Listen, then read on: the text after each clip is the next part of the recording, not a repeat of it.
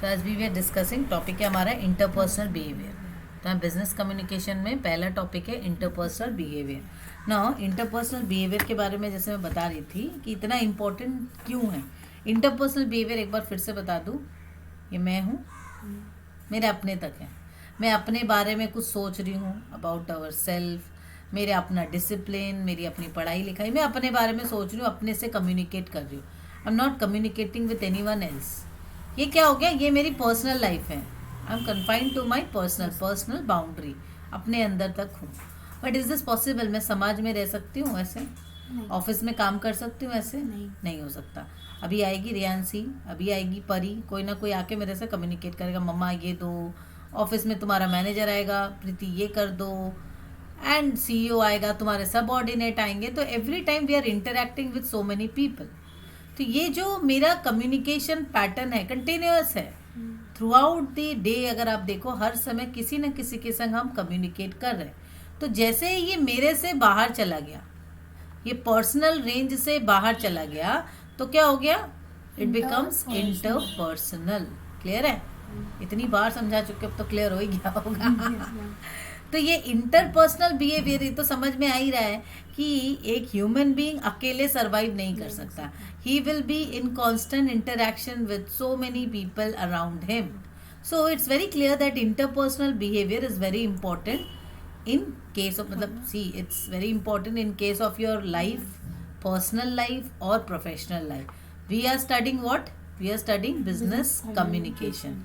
ना सीधी सी बात है, बिजनेस में किस तरीके से कम्युनिकेशन करना है। As a management student you need to know this. तो इसीलिए पहला चैप्टर ही आप लोग का है इंटरपर्सनल बिहेवियर।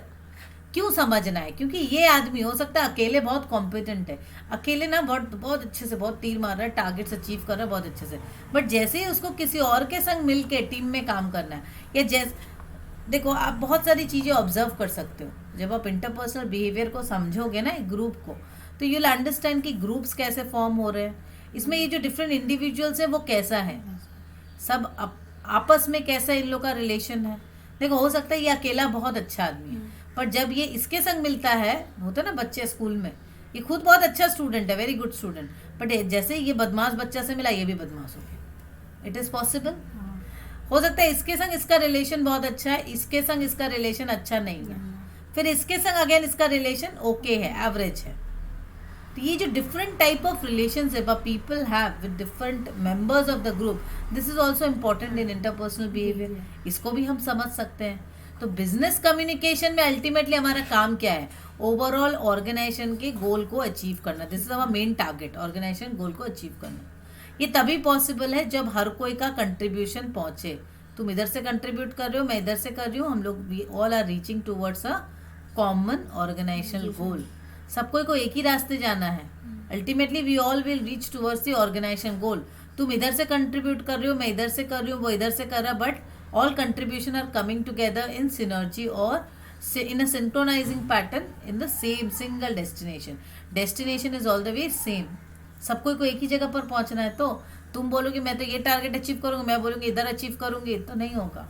हर कोई एक ही जगह। इसी वजह से इंटरपर्सनल बिहेवियर बहुत इंपॉर्टेंट है कम्युनिकेशन, बिजनेस कम्युनिकेशन में। क्योंकि अगर ये जो टीम है, टीम एक दूसरे से मिलकर, एक दूसरे से समझ के अच्छे से कम्युनिकेट नहीं करेगी, they can never achieve a common organisational goal. वो कभी अचीव नहीं कर पाएगी। कर पाएगी? नहीं अचीव कर।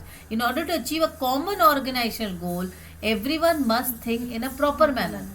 अब ये भी देखो पॉसिबल नहीं है कि हर कोई एक जैसा सोचे। ये अलग सोच ही सकता है, ये अलग सोच ही सकता है। हाँ, ये और ये जो है, ये जो मैनेजर है एक जैसा सोच रहा है, बट इनको क्या हम छोड़ देंगे, ऑफिस से निकाल देंगे? नहीं। अब इनको कम्युनिकेट करेंगे, उनको मोटिवेट करेंगे, डिफरेंट मैनेजमेंट के जो प्रिंसिपल्स है उसको अप्लाई करेंगे, so that they can reach towards a consensus. What happened? बोलो मम्मा बोलिए हमको रेस्ट करने। तो तुम लोग सो रही थी ना टीवी देख रही थी? जरूर टीवी देख रही थी। हम लोग थोड़ा सा खेल रहे थे। तुम लोग को हम क्या बोले थे जाके करने? रेस्ट करने बोल के भेजे थे ना बाबू। व्हाट? रेस्ट करना और खेलने में अंतर होता है ना, इसलिए नानी भेज दी, जाके वापस से सो जाओ थोड़ी देर। बोले मम्मा बोलिए सोने के लिए, जाओ जब सो जाओ, खा ली खिचड़ी तो जाओ खाने बैठो, 12:30 बज रहा, आंटी आ जाएगी, जाओ।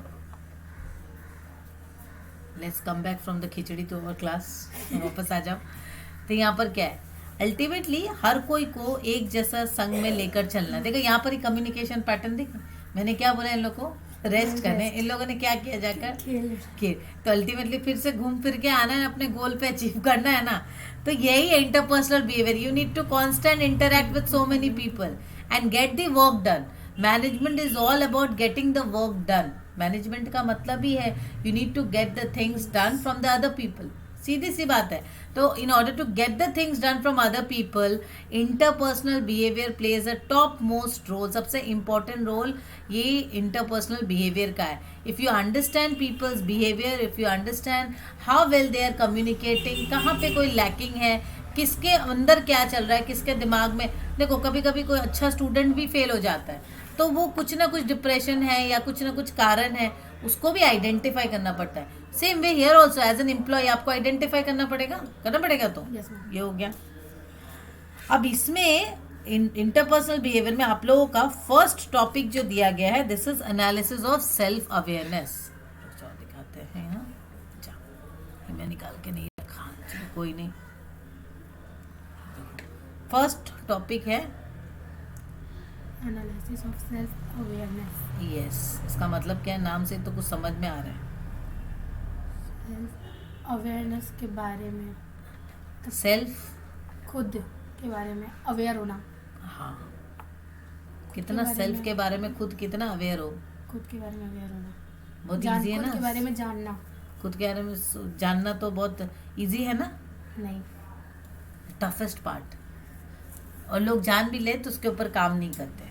सो analysis of self awareness, the toughest part of life. लोगों को खुद को समझना, क्योंकि if you know your self you can manage your self. Self awareness creates a self management concept. तो पहले आपको सेल्फ अवेयरनेस क्रिएट करनी होती है, पहले अपनी कैपेसिटी को समझना, मेरे अंदर क्या स्किल्स है। देखो नॉर्मल सी बात है, if you know who are you, what are your qualities, your skills, your abilities, your strengths, your weaknesses। अगर ये सारी चीजें आपको पता है, आपकी क्वालिटीज है उसको बढ़ाओ, स्किल्स है उसको डेवलप करो, एबिलिटीज है उस पर नर्चर करो, उस पर काम करो, स्ट्रेंथ्स है उसको यूटिलाइज करो, वीकनेस है उसको वर्कआउट करो, ओवरकम करो your weaknesses, right. This is being recorded, इसको आराम से बाद में लिख लेना। ये मैम हाँ सब कुछ, हाँ देख लो रिकॉर्ड हो रहा है कि नहीं। हाँ रिकॉर्ड हो रहा है इसमें बीच में इतना सारा चीज़ घुस जा रहा है कि मैं भी भूल जाती हूँ क्लास रिकॉर्ड हो रही है नहीं हो रही। तो ये क्या है, सीधी सी बात है, आपको सेल्फ अवेयरनेस करिए। सेल्फ अवेयरनेस का प्रॉपर डेफिनेशन क्या है? Self awareness is the capacity to recognise your own feelings, behaviours and characteristic, to understand your cognitive, physical and emotional self. ये 3 कॉन्सेप्ट दिया गया है। एक हो गया कॉग्निटिव, ये सारे ना ओबी से related, cognitive, physical and emotional self. ठीक है, आपका कॉग्निटिव पोर्शन, आपने क्या सीखा है, क्या आपकी सोच है, क्या आप देखते हो। देखो कॉग्निटिव पोर्शन जो ओबी में हमने पढ़ा है ना, cognitive cause recollection, collecting from a past experiences. तो यहाँ से आपके बारे में आपका सेल्फ क्रिएट होता है। आज जो तुम देख रही हो मुझे या तुम अपने आप को, इसका तो एक पुराना पैटर्न है, कहीं ना कहीं से हम आ रहे हैं। तो इतने साल जो हमने देखा है, अपने ब्रेन ने, हमारी क्या बोलते हैं, हमारी स्पिरिट ने इसको एक स्टोर किया है। ब्रेन इतना कितना बेचारा स्टोर करेगा, तो इतना कुछ हमारे दिमाग में रहता है ना। बोलते हैं फिजिकल, हमारा खुद का फिजिकल कैपेसिटी क्या है। अब मैं चाहूँ कि मैं दौड़ूँ दुनिया भर का, तो नॉट पॉसिबल, मेरे लिए पॉसिबल नहीं है दौड़ना। प्रियांशी को बोलो डांस करने, वो उसके लिए पॉसिबल नहीं है ठीक है। तो ये हर कोई की अपनी अपनी फिजिकल कैपेसिटी है। And definitely the emotional self, emotional part भी काफ़ी इंपॉर्टेंट है। लोगों को अपने इमोशंस मैनेज करना और बाकियों के इमोशंस मैनेज करना, दोनों ही काफ़ी इंपॉर्टेंट है। ठीक है, self awareness plays a central role in facilitating effective interpersonal communication. देखो सेल्फ अवेयरनेस को इतनी इंपॉर्टेंस क्यों दी गई है बोलो तो, self awareness plays a central role in facilitating effective interpersonal communication. आपको इंटरपर्सनल जब कम्युनिकेट करना है उस पर सेल्फ अवेयरनेस काफ़ी इंपॉर्टेंट है। अभी कैसे इंपॉर्टेंट है देखो, जब तक मुझे अपने बारे में नहीं पता होगा, मुझे अपनी फीलिंग्स के बारे में पता नहीं रहेगा, मेरा मूड स्विंग हो रहा है। सपोज मैं अभी बहुत शांत स्थिति में हूँ, मेरा दिमाग एकदम काम है, आई नो, क्योंकि मैंने मॉर्निंग में मेडिटेशन अच्छा किया, मेरा सुबह से बहुत अच्छा चल रहा है दिन, तो मैं बहुत काम हूँ। अभी सामने से कोई अगर मुझे 2 गाली भी देगा तो मैं उस टाइम उसको रिस्पॉन्ड नहीं करूँगी, वैसे उस तरीके से रिस्पॉन्ड नहीं करूँगी। क्यों नहीं करूँगी? बिकॉज इस टाइम मैंने अपने सेल्फ पे काम किया है।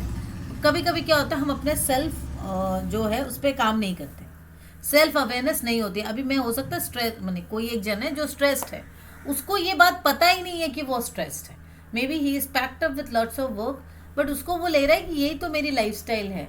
ही इज नॉट अवेयर कि he is overburdened with work, he is overburdened with physical and personal and professional expectation. हो सकता है ना पॉसिबल, तो वो चीज को नहीं समझना। सेल्फ अवेयरनेस, सबसे पहले आप कौन सी स्थिति में हो, खुद कौन सी सिचुएशन में हो, अपनी स्थिति को समझना। मैं, myself, how am I, right, how are you today, how am I today. तो पहली चीज वो है, सेल्फ अवेयरनेस इसलिए इतनी इंपॉर्टेंट है, ठीक है। सेल्फ अवेयरनेस रहेगी तो बाकी सारी चीज बड़ी इजीली हो जाएगी।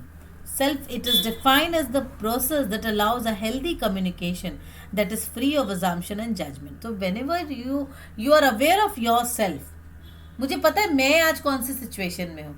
कोई आदमी देखना, वो ना बाहर से आया, मैंने वो घर ऑफिस से आया, घर से आया, बहुत डिस्टर्ब है, मतलब किस कारण से डिस्टर्ब है किसी को पता नहीं, और किसी ने बड़े गुड मॉर्निंग, बड़े प्यार से गुड मॉर्निंग बोला उसको, he will respond like this, काहे कि गुड मॉर्निंग, आज क्या है जो गुड मॉर्निंग है, मॉर्निंग में होता ही क्या गुड, वो बहुत 10 बातें बोल देगा।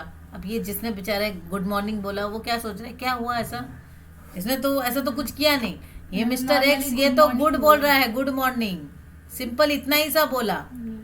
यहाँ से क्या है, तो इतना सारा वो रिस्पॉन्ड कर दिया, काहे कि गुड मॉर्निंग क्या होता है, मॉर्निंग गुड कहाँ है ना, तो ना बहुत सारे क्यों बोला, ये ऐसा खतरनाक आउटपुट क्यों था, ये जो बिहेवियर था क्यों था।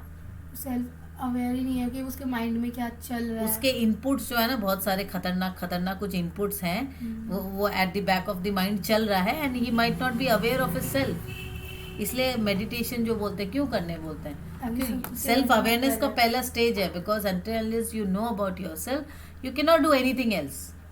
तो self awareness plays a central role in facilitating effective interpersonal communication.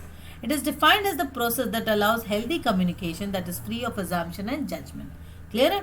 It is a listening practice that helps an individual in learning one's inner self as well as understanding the other's point of view.